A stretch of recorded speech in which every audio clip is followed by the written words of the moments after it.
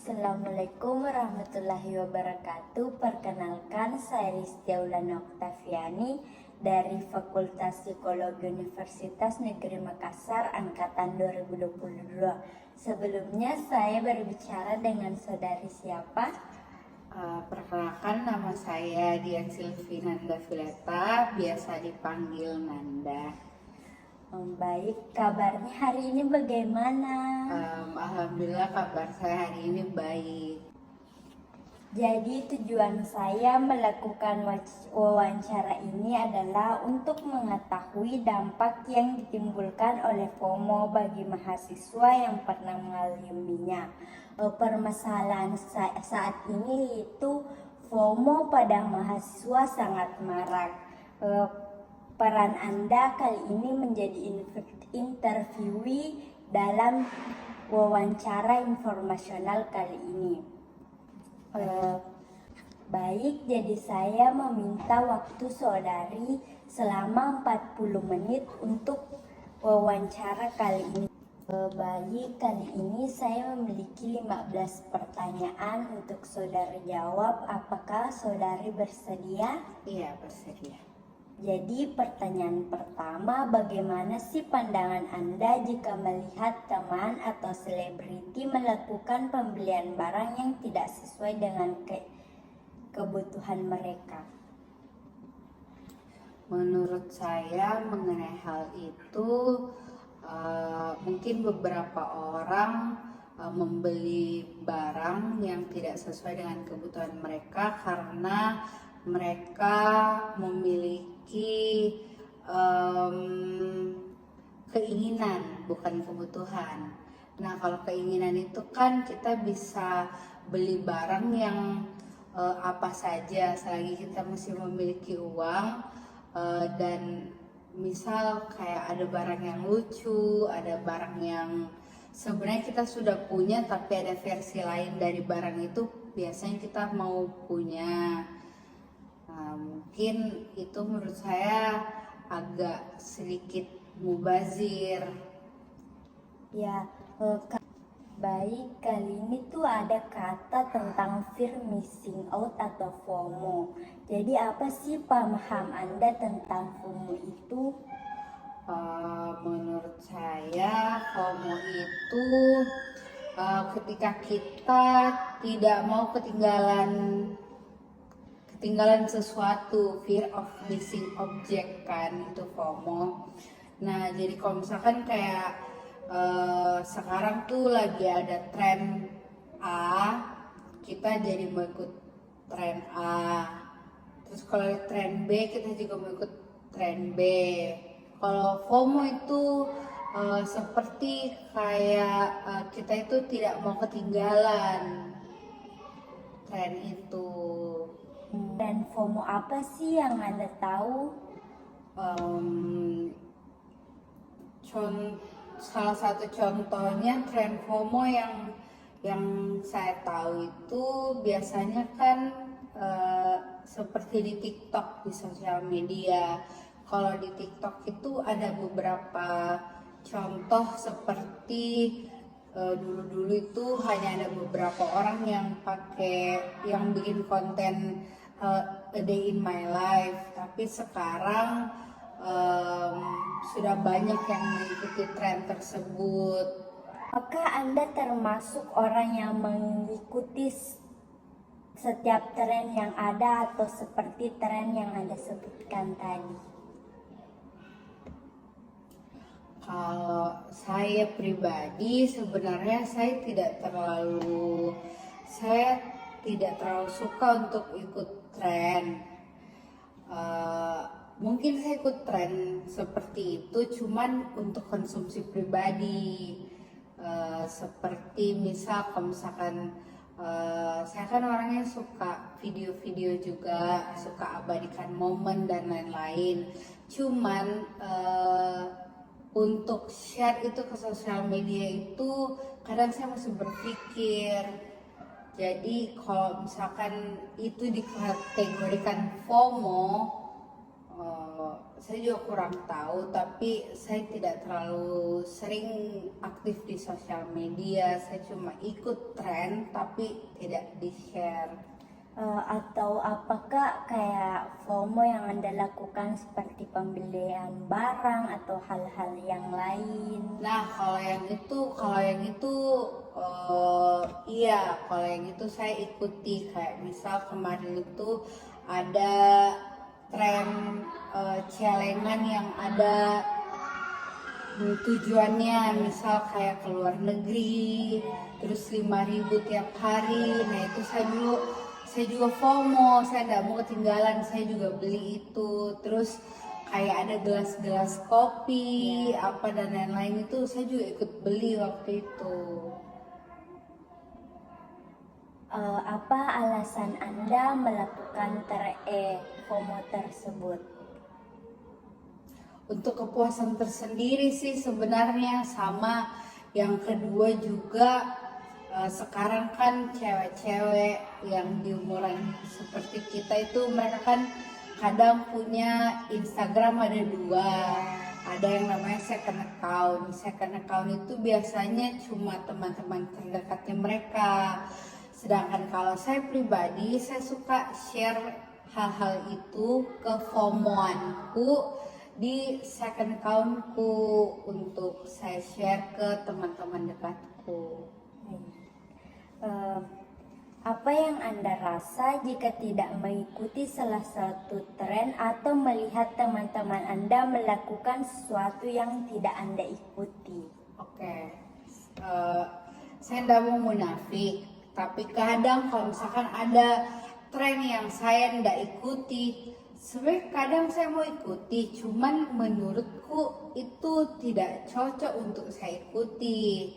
Nah, kadang saya merasa kayak, aduh kenapa ya nggak bisa ikut. Cuman di lain sisi saya juga merasa bahwa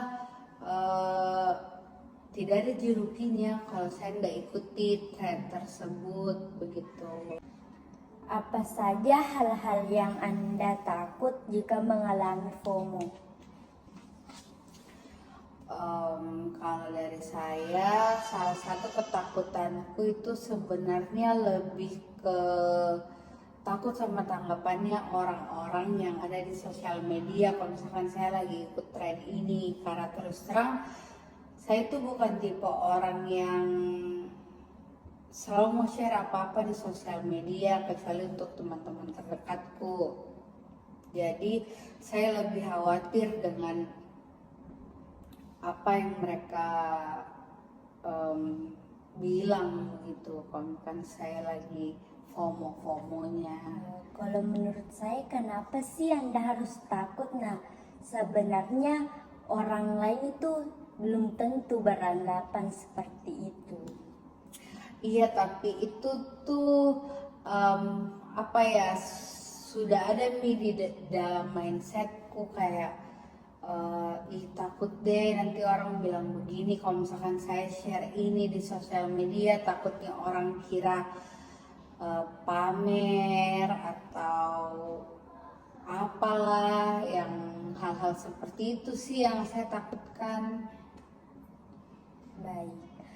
Berapa banyak intensitas dalam sebulan terakhir Anda merasa perlu untuk mengikuti kebutuhan akan tren orang lain?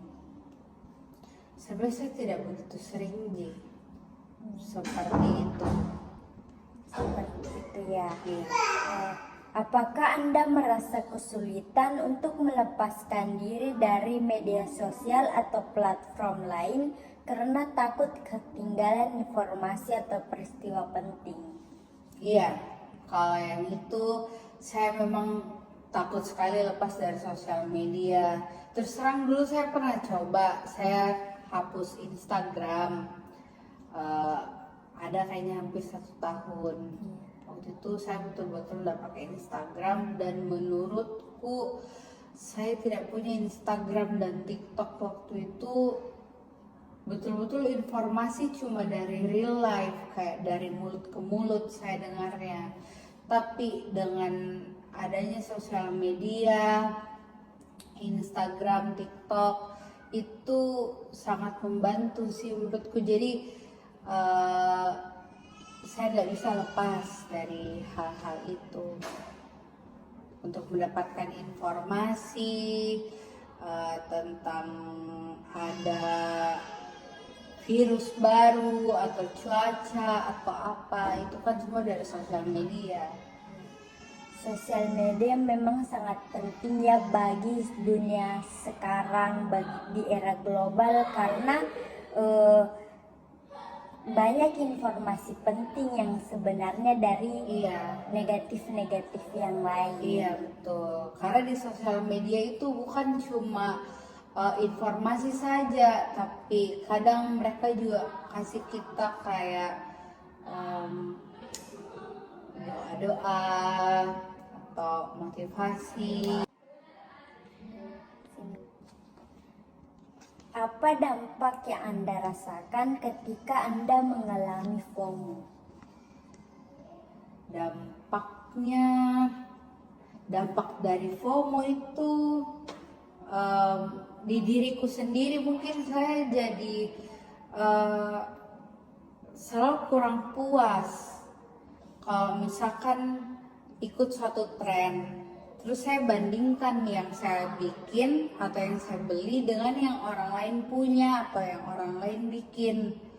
Jadi kayak kadang saya tuh merasa kurang puas kalau punya aku tidak sebagus punya mereka, atau enggak kenapa saya selalu beli, perasaan sama di produknya cuman kok punyanya dia lebih bagus. Seperti itu sih. Yang Anda jelaskan tadi itu menurut saya dampak negatifnya ya. Kira-kira apa sih dampak positif dari FOMO yang Anda lakukan?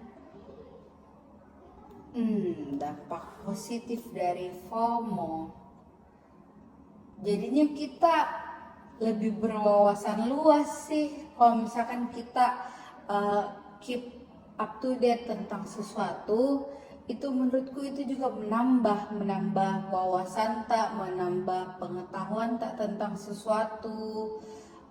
Itu juga bisa menjadi salah satu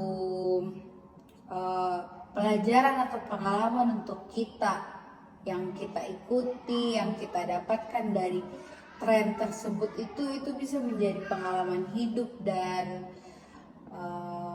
bisa menjadi pelajaran juga sih.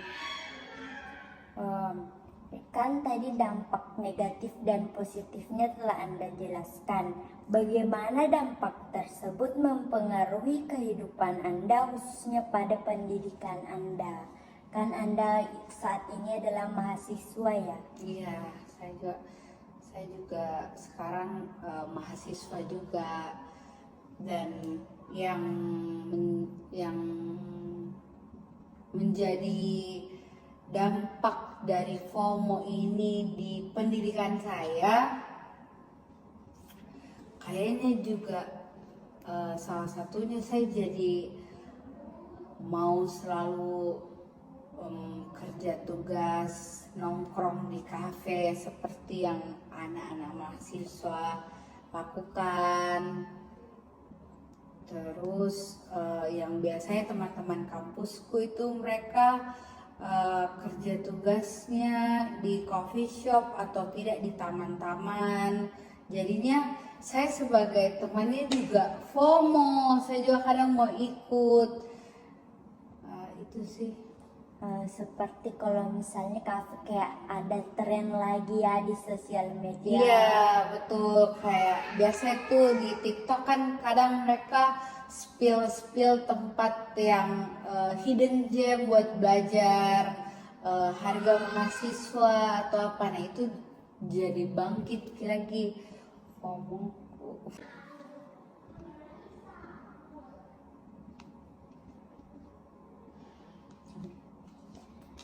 Bagaimana FOMO mempengaruhi pengeluaran atau keputusan finansial Anda, terutama dalam hal membeli barang yang mungkin tidak Anda butuhkan? Kalau mengenai finansial, mau dikorelasikan dengan FOMO, itu menurutku sangat amat boros. Karena untuk ikuti suatu tren atau kita mau beli sesuatu sesuai yang lagi tren, itu membutuhkan biaya. Dan saya itu termasuk orang yang impulsif kalau belanja. Jadi kalau misalkan orang lagi beli tumbler lucu, kan ada tuh yang biasa tumbler yang jam 7, jam 9. Nah itu kan saya FOMO tuh, jadi beli kak lagi. Terus begitu ada yang murah, ada yang mahal, sedangkan itu belum ongkir, belum ini. Nah jadi itu sangat berpengaruh sih sama finansial. Apalagi kalau kayak saya sekarang, saya kan masih mahasiswa, uang juga dijatahkan kalau mahasiswa itu. Jadi kita sebenarnya harus pintar-pintar kalau kita mau ikut tren, dan harus diseimbangkan dengan uang yang kita punya. Karena kalau tidak, itu kita bisa habis sih, karena tren sekarang kan tidak ada habisnya. Betul. Kalau seperti semacam yang ada tadi beli ya, yang tumbler ada jamnya, itu menurut saya mungkin positif ya, karena mengingatkan untuk minum, apalagi kita mahasiswa kehabisan tenaga saat mengerjakan tugas. Iya, tapi sebenarnya saya beli itu barang cuma karena penasaran, karena orang beli itu jadi saya juga mau, namanya FOMO. Padahal sebenarnya itu saya beli kayaknya itu kapan itu tren, kayak tahun lalu. Ya, tahun lalu. Dan mungkin saya pakai itu barang baru kayaknya 2 atau 3 kali, karena menurutku lebih cepat kalau misalkan saya minum di gelas. Dan saya juga suka minum air dingin, sedangkan kalau saya kasih masuk di dalam itu tumbler, airnya yang dari dingin jadi nggak dingin lagi. Jadi saya nggak bakal pakai sebenarnya, cuma karena FOMO saja. Bagaimana Anda mengelola perasaan FOMO ketika melihat teman-teman atau kenalan Anda terlihat dalam aktivitas atau acara yang Anda lewatkan, seperti kayak konser kah atau apa? Saya kan termasuk orang yang jarang nonton konser, karena menurutku itu bukan menurutku, tapi orang-orang di sekelilingku jarang ada yang mau temani kalau nonton konser. Jadi kalau saya lihat keseruannya teman-temanku yang pergi nonton konser terus terang sebenarnya saya agak sedih. Cuman karena dari dulu saya memang seperti itu, jadi lebih terkontrol sih. Beda kalau misalkan dari awal saya orangnya anak konser banget, tiba-tiba berubah, kayak saya tidak boleh nonton konser, tidak pernah nonton konser, mungkin agak susah saya kontrol perasaanku. Tapi karena memang dari awal itu saya nonton konser itu cuma beberapa kali, jadi lebih ya oke lah kalau misalkan lihat orang nonton konser Blackpink, nonton konsernya Tulus, Dewa, itu lebih terkontrol sih, karena kan biar bagaimana saya juga jarang nonton. Apakah ada aktivitas lain yang Anda lewatkan tapi teman Anda lakukan aktivitas tersebut, padahal itu aktivitas yang kayak tren kali ini? Iya, seperti yang tadi Kak Ulan sebutkan, nonton konser atau enggak mereka jadi volunteer biasa di luar kota. seperti itu sih yang biasa saya lewatkan. Baik, apakah Anda merasakan ada tekanan dari FOMO ini dalam menjalankan kehidupan sehari-hari? Tidak ada sih, sama sekali tidak ada berpengaruh dengan apa yang mau kita lakukan dalam kehidupan sehari-hari itu. FOMO itu menurutku cuman kayak bumbu-bumbu supaya hidup ini lebih kayak ayo deh ini, ayo deh coba ini, ayo deh beli ini. Begitu sih, karena ada atau tidak adanya FOMO, kita tetap tidak mau dikalah saing sih. Menurutku manusia tidak ada yang mau di ketinggalan zaman, entah mereka jadi orang pertama yang melakukan hal tersebut atau mereka yang ikuti orang lain. Itu menurutku ada atau tidak adanya FOMO tetap seperti itu gitu. Dalam konteks sosial, apakah FOMO ini dapat mempengaruhi dalam hubungan pertemanan Anda?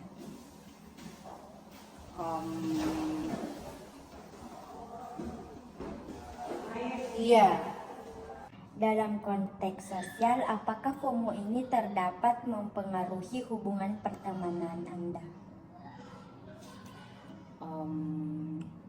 pasti dapat mempengaruhi pertemanan ya, karena kalau misal dalam satu perkumpulan dalam perkumpulan pertemanan itu pasti ada salah satu yang FOMO, ada yang nggak FOMO. Jadi kalau satu yang FOMO pasti semua ikutan FOMO. Apalagi kalau misalkan kita lagi mau, misal contoh kecil kita mau kerja tugas rame-rame, pasti ada saja ide dari teman kita yang FOMO. Jadi otomatis kita, walaupun kita berusaha keras untuk tolak itu FOMO, pasti tetap kita bakal ikutan FOMO karena kita ikut sama teman tak. Jadi itu menurutku mempengaruhi sih. Kan saudari itu mahasiswi ya, kalau boleh tahu saudara mahasiswi dari universitas mana? Saya mahasiswi semester 7 di Universitas Bina Nusantara di Jakarta. Kalau setahu saya Jakarta kan ibu kota, jadi pasti banyak tren-tren FOMO yang di kalangan di ibu kota. Bagaimana sih menurut Anda tren di sana?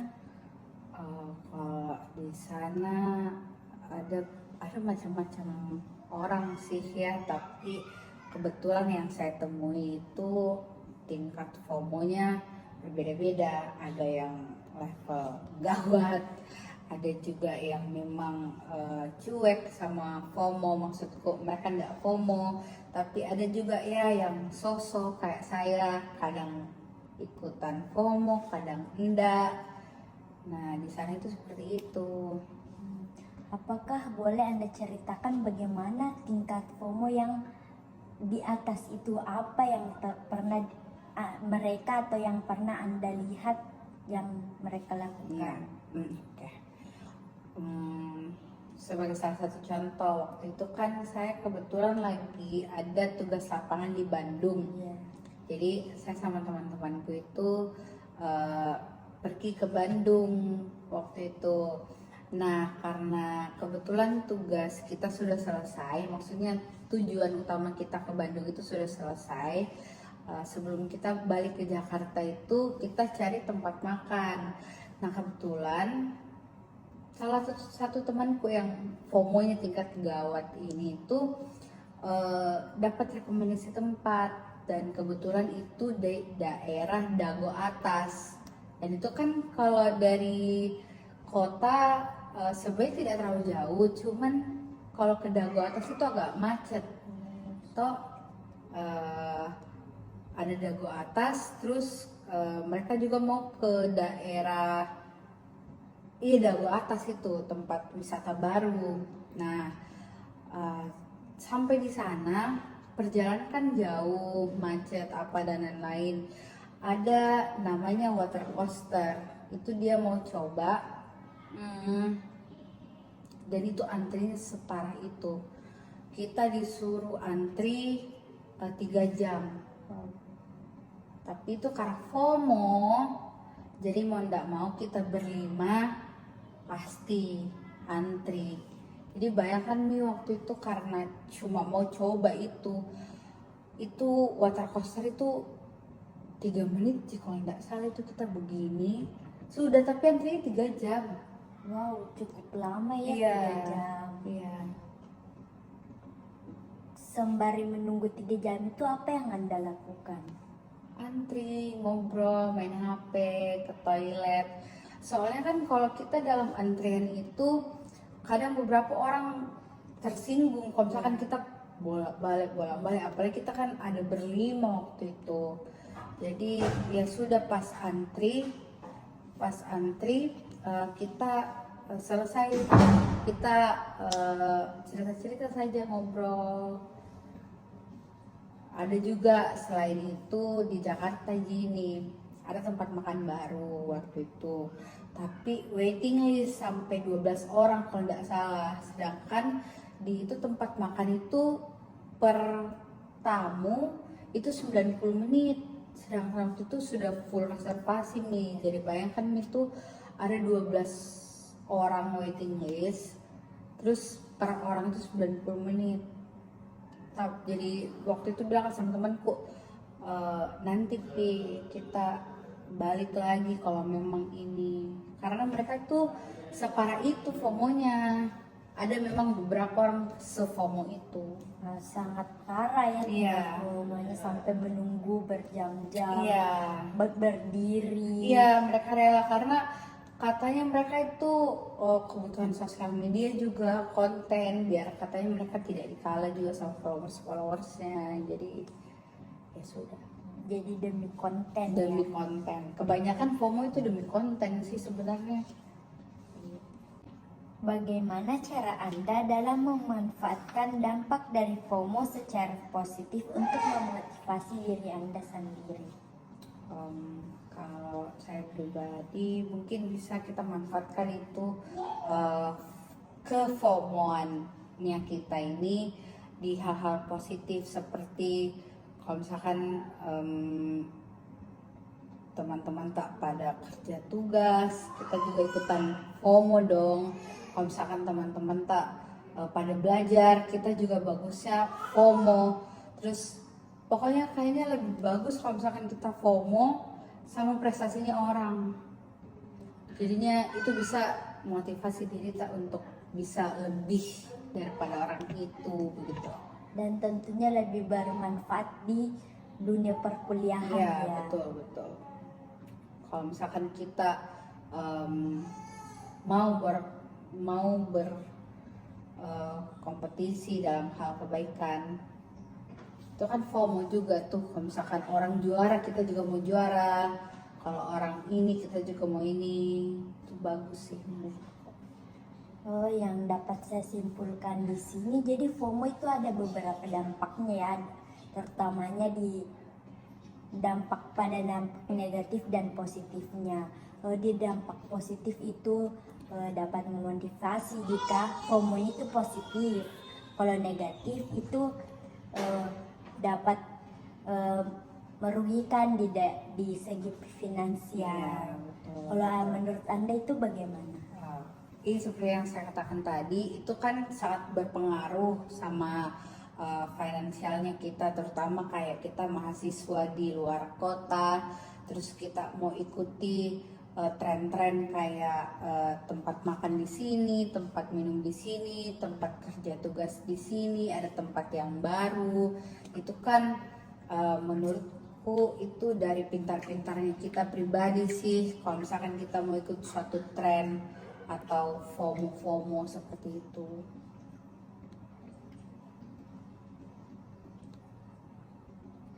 Baik, wawancara yang telah kita lakukan itu menurut saya tujuannya telah selesai dan saya telah capai,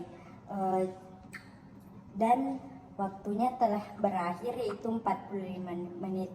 Terima kasih, Anda sangat membantu dalam proses wawancara saya kali ini.